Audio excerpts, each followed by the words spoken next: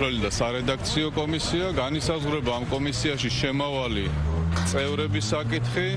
ვიცით რომ სხდომა, გაფართოებული სხდომა გაიმართება სამების ტაძარში. შემდეგი სინოდის სხდომა გაიმართება 24 აპრილს. აი ეს თემები იყო.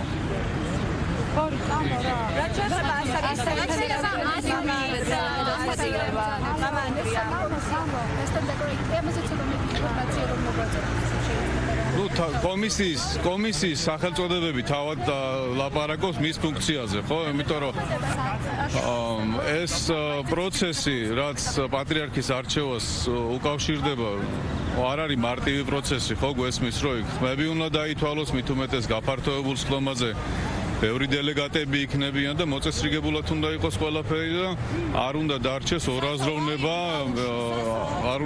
ორაზროვნება არც ერთ საფეხურზე. ამიტომ საორგანიზაციო კუთხით ბევრი რამ არის გასაკეთებელი და საჭირო იყო შეთანხმება ამ თემებზე.